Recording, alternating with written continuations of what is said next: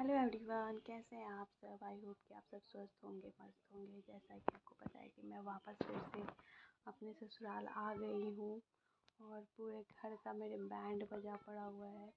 सब कुछ सामान इधर उधर फैला हुआ है, सारे सामान को सही करके रखना है। कुछ भी समझ में नहीं आ रहा है कहाँ से शुरुआत करूँ और आज का दिन कैसा गया।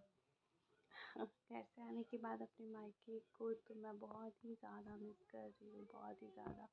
ऑब्वियसली हर लड़की मिस करती है और ये बिल्कुल भी आसान नहीं है कि सब कुछ अचानक से सब कुछ चेंज हो जाना आपके लिए बहुत ही ज़्यादा ये मुश्किल होता है।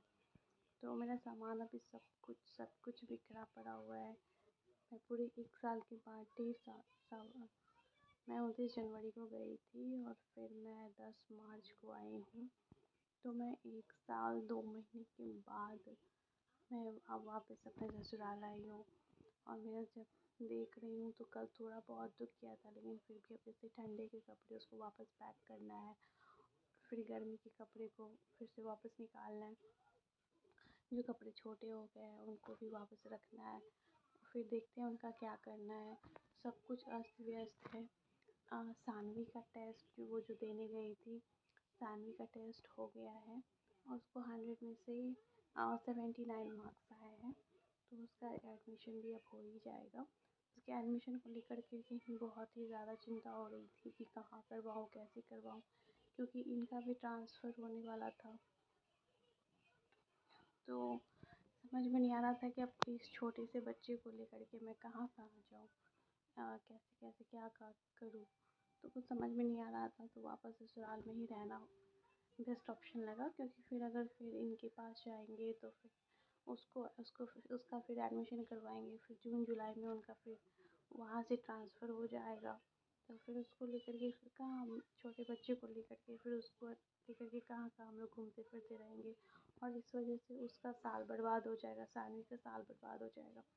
तो इसके लिए ही हम लोगों ने ये डिसीज़न लिया कि इस साल मैं अपने ससुराल में ही रहूँगी। हम लोगों ने उसका एडमिशन यहीं पे करवा दिया है। उसका क्लास 1 में एडमिशन हुआ है। तो देखते हैं आगे क्या होता है, नहीं होता है। अभी तो फ़िलहाल ये रात भर जगता है तो इसी को लेकर के जगी हूँ।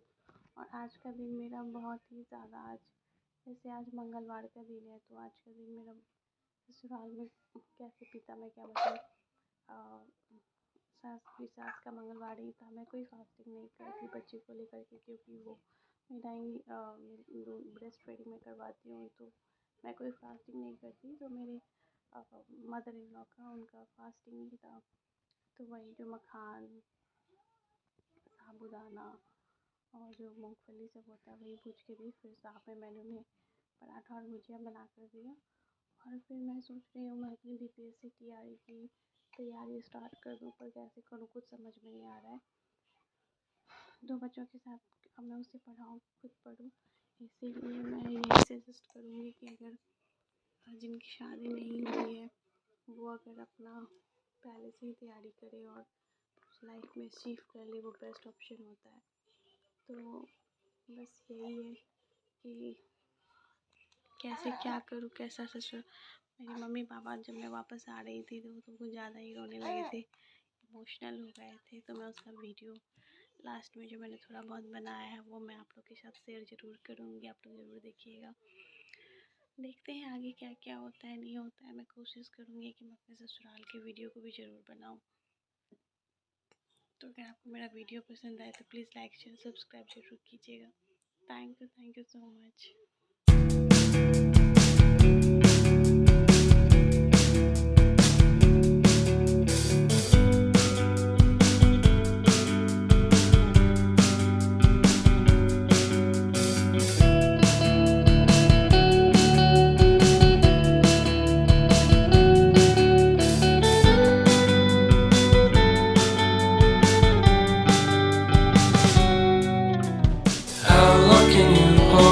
Until your breath fall. It's been too long now. I think that I want. I second guess you, I second guess me, I second guess them. Don't second guess me. Live in the moment, 'cause we are so free. And in this moment, life is like a dream. Live in the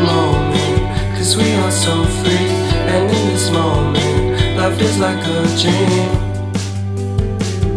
So come a little closer.